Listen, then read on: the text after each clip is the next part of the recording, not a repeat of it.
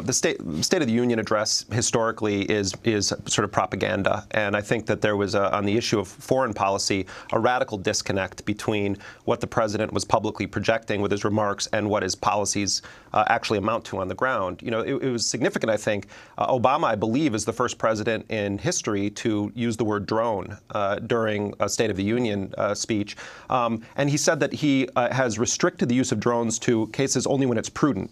And yet a month ago, a drone strike in Yemen on December 12th wiped out a wedding party and massacred people in Yemen. Now, it's being investigated by the U.S. government, but why did that strike happen? What kind of an intelligence failure or breakdown led to the killing of these civilians? A few days ago, the U.S. bombed Somalia. The U.S. is increasingly involved in covert operations in Mali.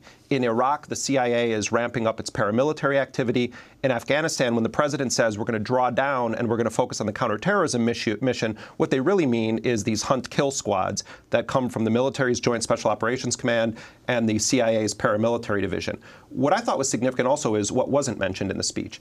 Egypt, where the U.S. is backing a dictator in General Sisi and supported a coup by not labeling it a coup.